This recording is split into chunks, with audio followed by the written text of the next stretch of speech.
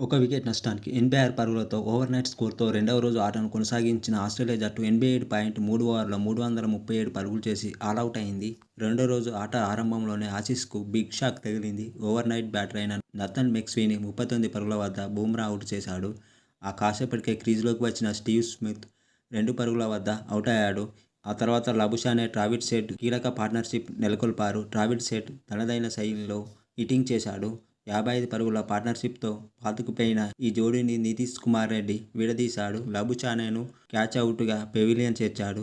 క్రీజులోకి Mitchell Marsh రాగా Travis Head 63 బంతుల్లోనే half century పూర్తి చేసుకున్నాడు. దాంతో ఆస్ట్రేలియా జట్టు 4 వికెట్ల నష్టానికి 200 పరుగుల స్కోరుతో లంచ్ బ్రేక్కి వెళ్లింది. రెండో సెషన్లో ఆరంభంలోనే మిచెల్ మార్ష్ను 9 పరుగుల వద్ద అశ్విన్ అవుట్ చేశాడు. మరోవైపు ట్రావిస్ హెడ్ హిట్టింగ్ చేశాడు.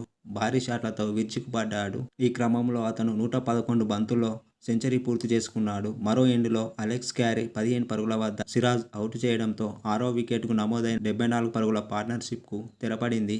సెంచరీ అనంతరం ట్రావిస్ హెడ్ మరింత దూకుడుగా ఆడాడు. కానీ అతన్ని మొహమ్మద్ సిరాజ్ స్టన్నింగ్ యార్కర్తో క్లీన్ బౌల్డ్ చేశాడు. ప్యాట్ కమిన్స్ 12 పరుగుల వద్ద బుమ్రా అవుట్ చేయడంతో 8 వికెట్ల నష్టానికి 332 పరుగులకు టీ బ్రేక్కు వెళ్లింది.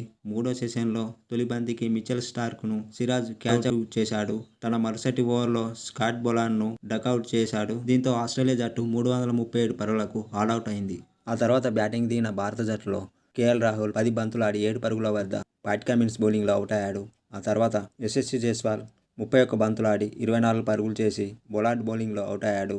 ఆ తర్వాత విరాట్ కోహ్లీ 21 బంతులాడి 11 పరుగుల వద్ద బొలాన్ బౌలింగ్లో అవుటయ్యాడు. ఆ తర్వాత రోహిత్ శర్మ 15 బంతులాడి 6 పరుగుల వద్ద ప్యాట్ కమిన్స్ బౌలింగ్లో అవుటయ్యాడు. శుభ్మన్ గిల్ 30 బంతులాడి 28 పరుగులు చేసి మిచెల్ స్టార్క్ బౌలింగ్లో అవుటయ్యాడు. రిషబ్ పంత్ 25 బంతులాడి 28 పరుగులు చేసి నాటౌట్గా ఉన్నాడు. నితీష్ కుమార్ రెడ్డి 14 బంతుల్లో 15 పరుగులు చేసి నాటౌట్గా ఉన్నాడు. ఈరోజు ఆట సమయం ముగిసే సమయానికి భారత జట్టు 5 వికెట్ల నష్టానికి 128 పరుగులు చేసింది.